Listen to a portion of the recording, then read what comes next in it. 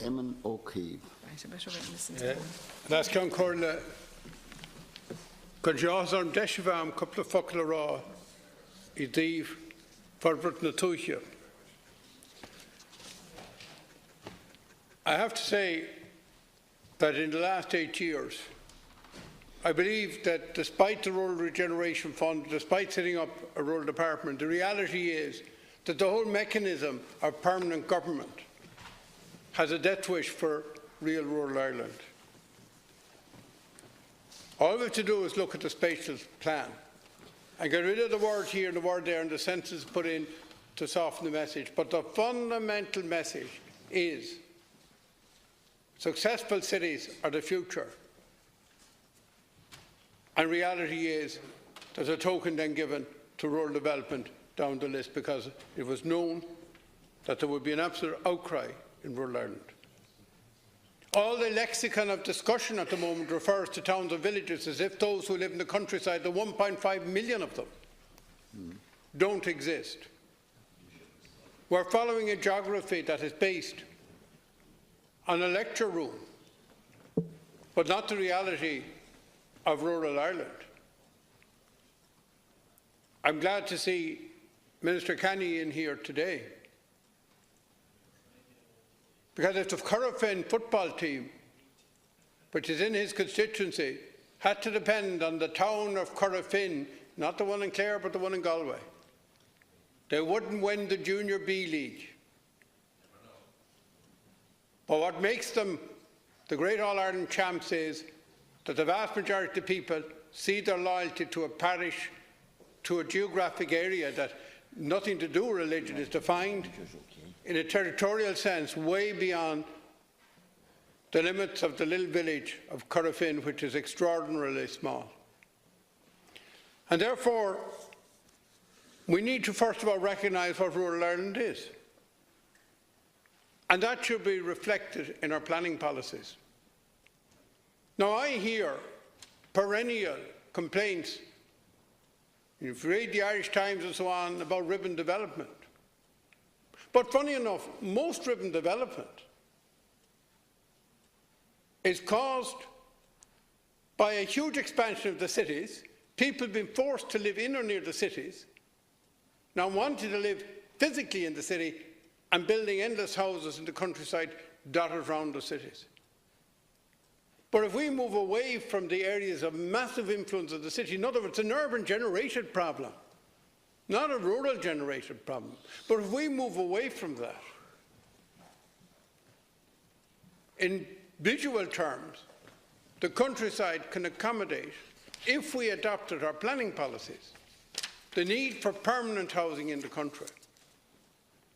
Now, as far back as the 90s, I think our planning system is very flawed, particularly in relation to one-off houses, because there was an absolute obsession with road frontage, with linearity.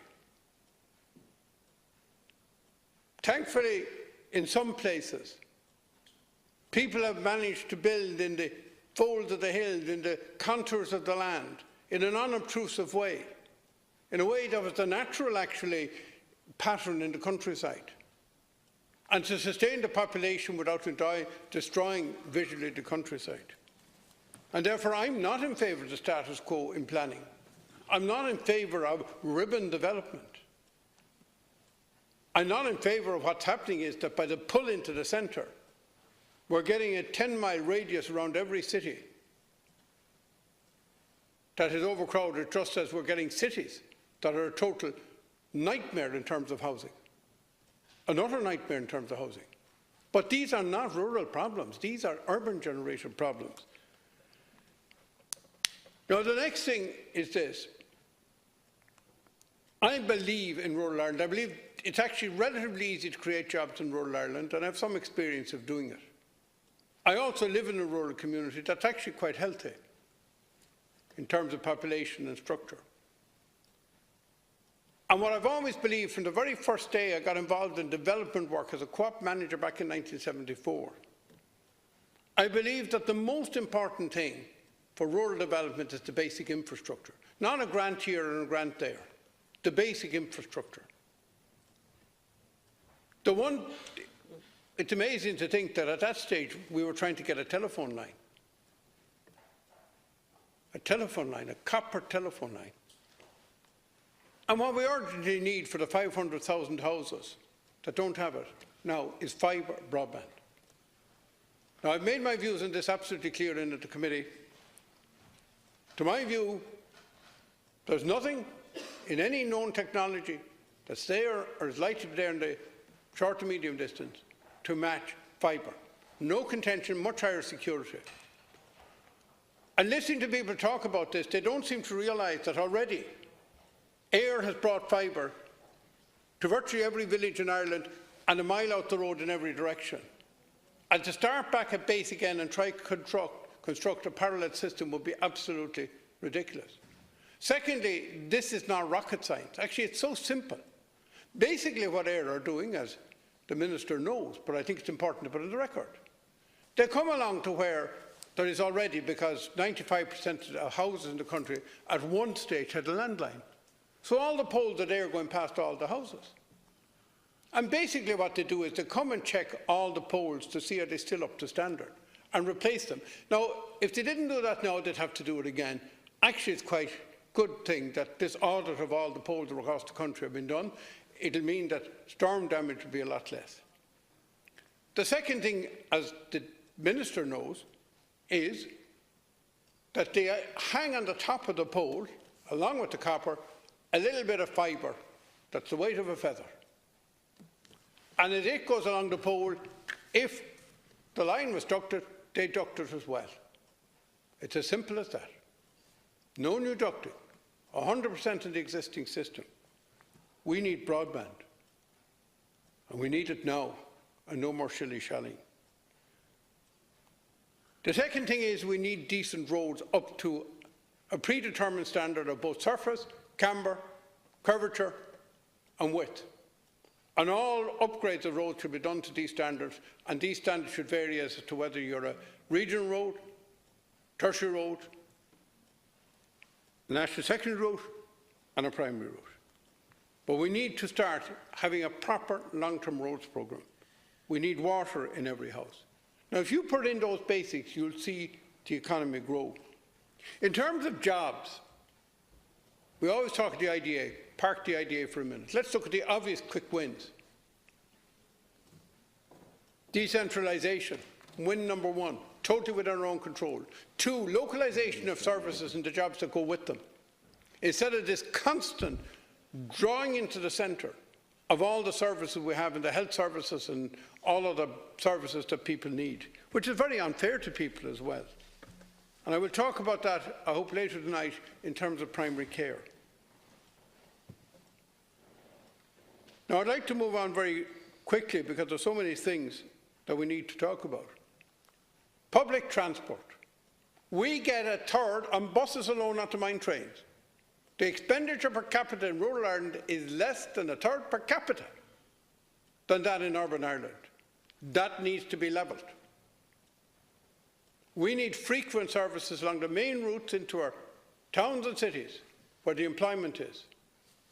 We need it frequent, and we need to end the discrimination in fares, where we have the ridiculous situation that if you get the train to Sallins, and this is replicated all over the country, it is half the fare of getting the train to the next station in Newbridge, just because one is considered an urban fare and the other is considered a rural fare. We need equality of treatment in rural Ireland, and we cannot accept less. It blows my mind that we haven't provided, and I know the Minister is with me on this, that we haven't provided rapid rail, frequent train services on existing railway lines open and closed into the major cities around the country of Waterford, Limerick, Galway, and I know there's a plan being developed and has been published for Cork. People wonder why nobody takes the train from Nina to Limerick, and why people don't take the train from Clonmel to Waterford to work in the morning. Well, I'd ask those who live in Dublin who asked that question is this: how many people would take the Dart?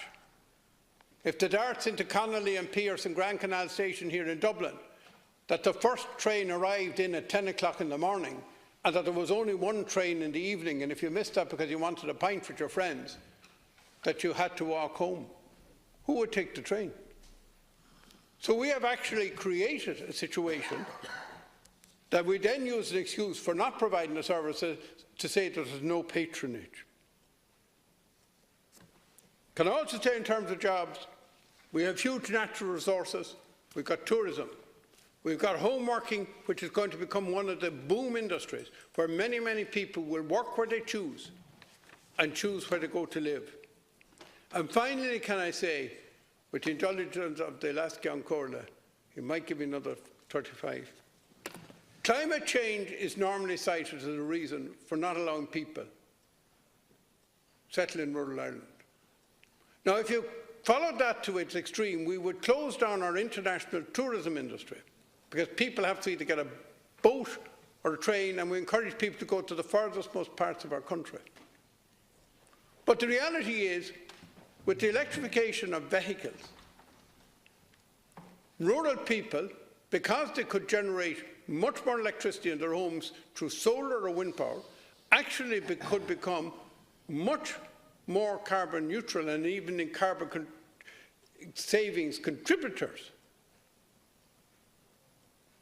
in the future, which is not something most urban people will ever be able to say.